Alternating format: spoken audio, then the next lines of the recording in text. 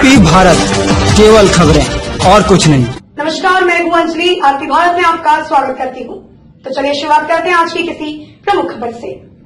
छपरा पर्यावरण के क्षेत्र एवं दलित बालिकाओं को शिक्षा से जोड़ने में अहम भूमिका निभाने वाले सारण के शिक्षक अखिलेश्वर पाठक को भारत के राष्ट्रपति करेंगे सम्मानित। सारण की धरा सदैव से ही सारण वासियों को गौरवान्वित करती रही है, तभी तो भारत के प्रथम राष्ट्रपति डॉक्टर राजेंद्र प्रसाद हो या अपनी रचनाओं से विश्व पटल पर अमिट छाप छोड़ने वाले भिखारी ठाकुर हो या पूर्वी गीतों के रचनाकार महेंद्र मिश्र हो, इनकी कृतियों की कहानी अब सारण जिले में ही नहीं बल्कि सारी दुनिया में सुनी जा रही है। सारण की धरती पौराणिक से लेकर आधुनिक तक इतिहास संजोए हुए है। अब इसी को आज की युवा पीढ़ी भी आगे बढ़ा रही है। पेश है छपरा से मनोरंजन पाठक की एक रिपोर्ट। ग्रामीण क्षेत्रों में संसाधनों की काफी कमी है, खासकर शिक्षा के क्षेत्र में। शिक्षा जीवन का आधार, इसके बिना मनुष्य व समाज के विकास की कल्पना भी नहीं की जा सकती है। इसके उत्थान के लिए सरकार व प्रशासन द्वारा भले ही प्रयास किए जाते रहे हो, पर सच्चाई यह है कि समुचित लाभ उन लाभार्थियों तक नहीं पहुंच पाता है। कारण जो भी हो, लेकिन एक शिक्षक चाहे तो यह सारी कमियां दूर की जा सकती है और इसी सोच व संकल्प से ग्रामीण क्षेत्रों के लिए प्रेरणादायक साबित हो रहे हैं एक दृढ़ निश्चयी शिक्षक, जिन्हें अब राष्ट्रपति द्वारा सम्मानित भी किया जाएगा। सारण जिला मुख्यालय से महज 10 किलोमीटर दूरी पर स्थित गड़खा प्रखंड का मध्य विद्यालय चैनपुर भैंसवाड़ा, जहां पर शिक्षा के साथ सामाजिक उत्थान की अलख जगा रखे हैं, जहां के प्रधान शिक्षक अखिलेश्वर पाठक, जिन्हें आगामी 5 सितंबर को राष्ट्रपति रामनाथ कोविंद राष्ट्रीय शिक्षक पुरस्कार 2020 के लिए सम्मानित करेंगे। रीता शर्मा शिक्षिका अखिलेश्वर पाठक 1994 में शिक्षक बने। इनके पिता भी शिक्षक थे और इनके 3 भाई हैं जो कि तीनों शिक्षक हैं और कस्तूरबा गांधी बालिका आवासीय विद्यालय गड़खा के संचालक भी हैं। इनका पूरा परिवार शिक्षा के विकास के लिए सदैव लगा रहता है। अब इन्हें दिल्ली स्थित राष्ट्रपति भवन के दरबार हॉल में 5 सितंबर शिक्षक दिवस के अवसर पर राष्ट्रपति रामनाथ कोविंद सम्मानित करेंगे। बताते चले कि सारण जिले के गड़खा प्रखंड के भैंसवाड़ा चैनपुर से स्थापित बालिकाओं के संचालित कस्तूरबा विद्यालय में 100% नामांकन है। उनके नैतिक शिक्षा से लेकर रोजगार परक शिक्षा की भी व्यवस्था आवासीय विद्यालय परिसर में ही संचालित है। अखिलेश्वर पाठक के बारे में यह भी जानने को मिला कि गड़खा प्रखंड का पूर्व में भूमिहीन, वर्तमान में उत्क्रमित मध्य विद्यालय पिरौना में जब इनकी नियुक्ति हुई तब इन्होंने प्रधान अध्यापक के साथ सामाजिक दायित्वों का भी निर्वहन करते हुए 1 एकड़ जमीन भी उन्होंने विद्यालय को दान में दिलवाई और शिक्षक व ग्रामीणों से चंदे स्वरूप अतिरिक्त राशि का भी प्रबंध किया, जिसका उपयोग भवन निर्माण व शौचालय निर्माण में किया गया। विद्यालय की तस्वीर बदलने में ग्रामीणों का भरपूर सहयोग मिला। प्रयास करने से ही कार्य संपादित होता है। इस ऊर्जा के साथ विकास कार्यों में सभी ग्रामीणों ने भी भरपूर सहयोग दिया। कोरोना काल में जिलाधिकारी सुब्रत कुमार सेन द्वारा क्वारंटीन सेंटर के निरीक्षण के क्रम में विद्यालय में बनी चचरी की 4 दीवारी देख और विद्यालय की भूमि को देखते हुए मनरेगा के तहत 4 दीवारी का निर्माण कराने का निर्देश दिया गया, जो अब बनकर तैयार भी हो चला गया। यही नहीं, मध्य विद्यालय चैनपुर व कस्तूरबा बालिका आवासीय विद्यालय में करीब 700 छायादार, फलदार व बहुउपयोगी पौधों को लगाया, जो कि आकर्षक बगीचे में तब्दील हो गया है, जिसमें उन्होंने जिला प्रशासन व मनरेगा का सहयोग भी लिया। विद्यालय परिसर में वह हर संसाधन जो विद्यार्थी व विद्यालय के विकास में बहुउपयोगी साबित होगा, उसका प्रयास किया जा रहा है। इनके विद्यालय में छात्रों की बायोमेट्रिक हाजिरी लगती है। सभी कक्षाओं को लगभग स्मार्ट क्लास रूम में तब्दील कर दिया गया है। इसके साथ पूरे परिसर में सीसीटीवी कैमरे से निगरानी की व्यवस्था। विद्यालय में पोषण वाटिका एमडीएम बनाने के लिए किचन के अलावा बच्चों को खिलाने के लिए बड़ा सा हॉल भी बनाया गया है, जो शायद ही किसी विद्यालय में देखने को मिलेगा। शुद्ध जल के लिए आरओ एवं वॉशिंग प्लेटफॉर्म बनाया गया है। बालिका शिक्षा पर विशेष फोकस देते रहे श्री पाठक। इस बिंदु पर उन्होंने बताया कि बालिका शिक्षा पर उनका विशेष फोकस रखा है। दलित पिछड़ी बच्चियों को सफल बनाना, उन्हें आगे बढ़ाने के लक्ष्य के साथ उन्होंने उत्प्रेरण केंद्र, उत्थान केंद्र जैसे सरकारी कार्यक्रमों को लगन से किया, जिसके कारण संपूर्ण बिहार में सारण के उत्प्रेरण केंद्र को मॉडल उत्प्रेरण केंद्र चयनित किया गया। यही नहीं, कई बार जिला स्तर से लेकर राज्य स्तर पर विद्यालय को सम्मान दिला चुके हैं अखिलेश्वर पाठक। अब राष्ट्रीय स्तर का पुरस्कार पाने में भी सफलता हासिल की है। उन्होंने कहा कि अगर कोई भी इंसान चाहे तो कुछ भी असंभव नहीं है, बशर्ते वह अपने कर्तव्य के प्रति ईमानदार व निष्ठावान रहे। शायद यही वो कार्य है जिसे हमने पूरा किया है। ग्रामीण विकास के लिए सबसे बड़ा संसाधन शिक्षा है और इसके लिए जितने भी प्रयास किए जाएं वह किए जाना चाहिए। अभी बहुत से कार्य बाकी हैं जो विद्यालय परिसर में संपन्न होने हैं। इसी का नतीजा है आज हमारा नाम पुरस्कार के लिए चयनित किया गया है। यह पुरस्कार अन्य शिक्षकों के लिए प्रेरणा स्रोत है। वहीं सम्मान मिलने पर अखिलेश्वर पाठक ने कहा कि यह उनके लिए ही नहीं, पूरे सारण के लिए गर्व की बात है। छपरा से मनोरंजन पाठक की रिपोर्ट। आप लोग भी पढ़ाते हैं। ये अखिलेश्वर पाठक जी जिस स्कूल में प्रधानाध्यापक हैं, वहीं पे कुछ ऐसे शिक्षिका हैं और इनके बगल के स्कूल के भी कुछ शिक्षक हैं, जिनसे जानना चाहेंगे अखिलेश्वर पाठक जी के बारे में कि कैसा उनका ये पूर्व से कैसा उनका कार्य चलता आ रहा है, जिसको लेके आज उन्हें राष्ट्रपति अवार्ड से सम्मानित होना तय हुआ है।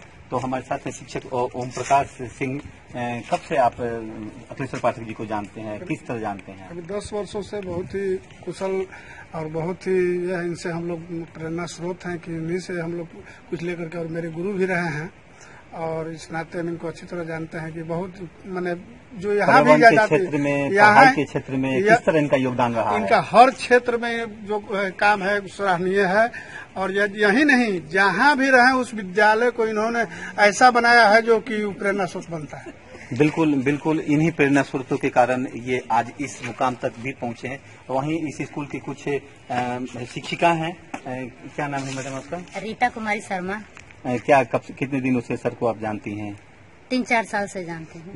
ये आपके स्कूल के लिए बड़ी गर्व की बात है कि आपके प्रधानाध्यापक हैं आप। बहुत अच्छा लग रहा है। इनके कार्यकाल जो इनके संरक्षण में जो कार्य होता है वो किस तरह? बहुत सुंदर ढंग से होता है और बहुत अच्छे से मतलब शिक्षा का क्षेत्र में। बिल्कुल।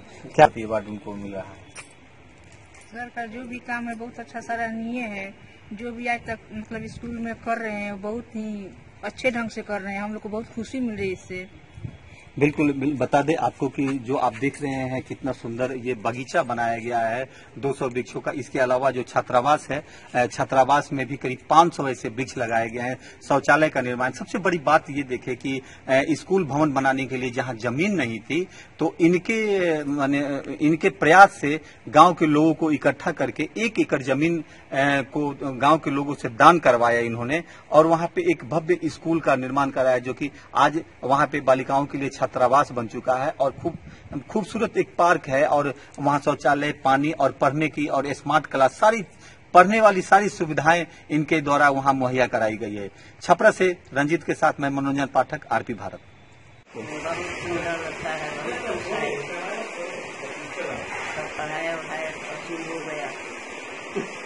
पढ़ाया हो गया, उसूल हो गया। बचपन से अभी तक पिताजी इनके कब एक्सपायर कर गए थे? सबका देखभाल खुद आपने ही किया है, पढ़ाया लिखाया कुछ सब? पेड़ लगाए हुए लॉकडाउन जो हुआ था मार्च में, उससे 1 माह पहले का है। 200 महोगनी का पेड़ यहाँ लगाया गया है और 500 पेड़ इससे संबंधन कस्तूरबा गांधी आवासीय बालिका विद्यालय का है, उस परिसर में लगाया। इस विद्यालय के छात्रावास भी है? 2 छात्रावास। 2 छात्रावास है। उसमें कितने छात्र? 250 छात्राएं हैं। 250 छात्राएं हैं।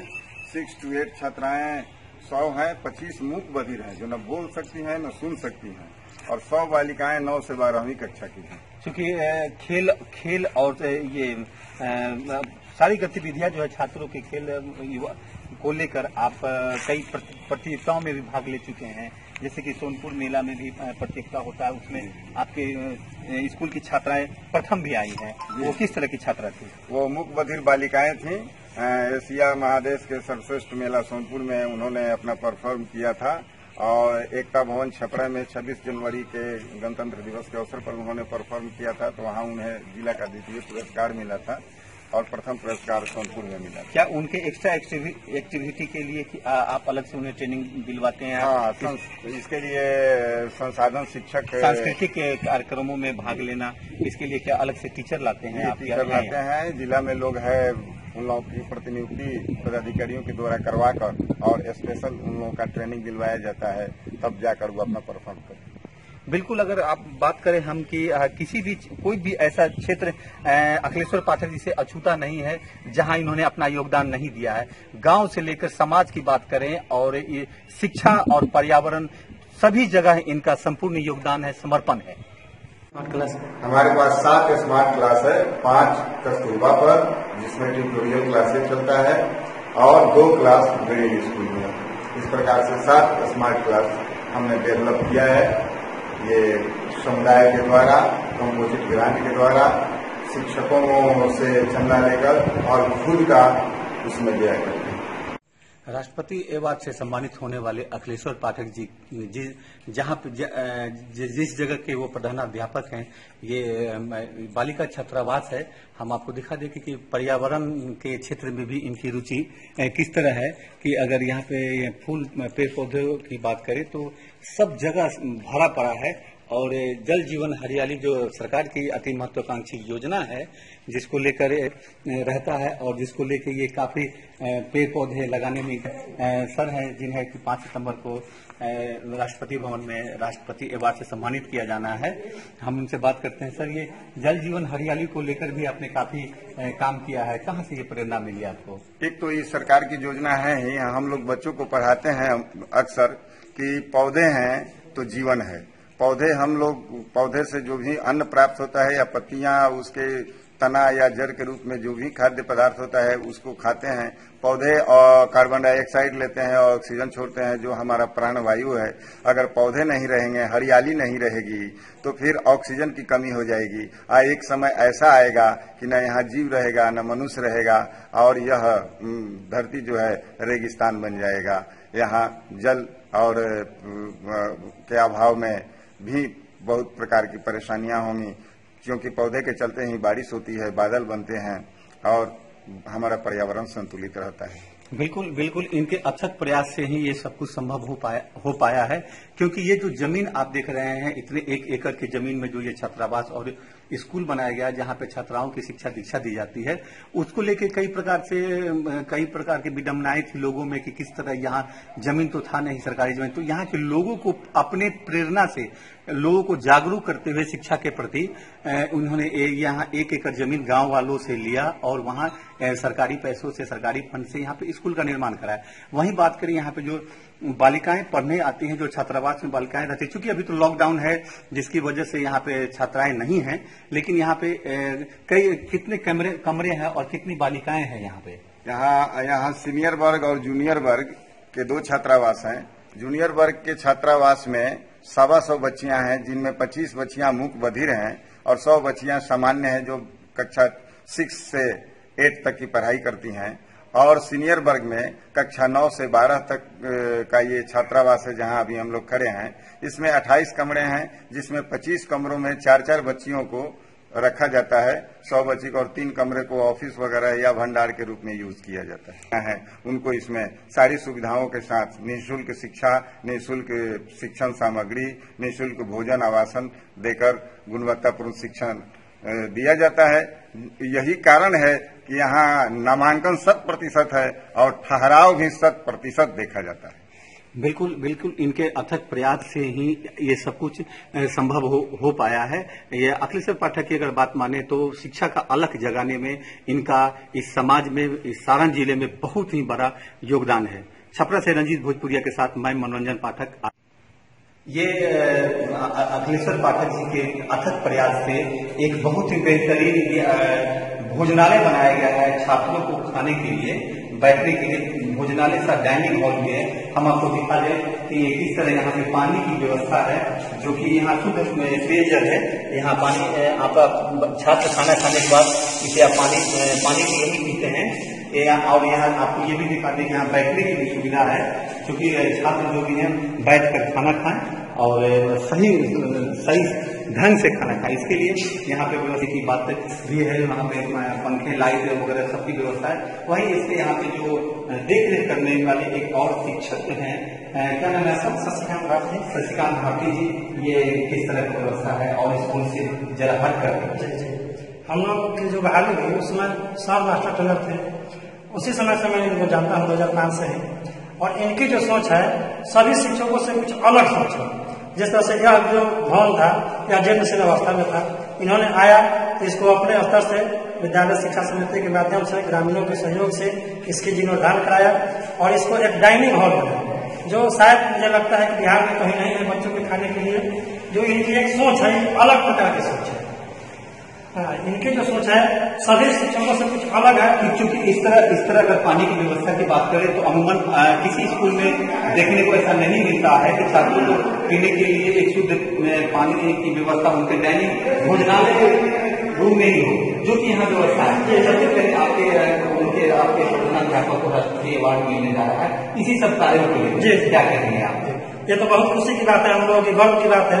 तो उनके अंदर में उनकी छत्र छाया में हम लोग काम करते हैं और उनको आज पुरस्कार मिलने जा रहा है। हम लोग बहुत खुश हैं, हमारे गांव के लोग भी खुश हैं। अभी यहाँ जो व्यवस्था है गांव की, इससे पानी की बर्बादी भी नहीं होती है।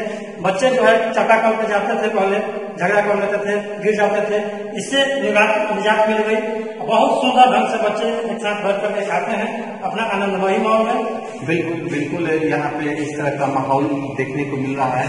तो ये मॉडर्न टाइप का अगर स्कूल बनाया गया है तो सिंपली अगर देखा जाए तो सिर्फ इनमें इनका बहुत बड़ा योगदान है अखिलेश्वर पाठक जी का, जो कि इस तरह का व्यवस्था और ये किचन सेट बनाना, किचन बनाकर उसमें बच्चों के लिए पानी पीने की शुद्ध व्यवस्था करना।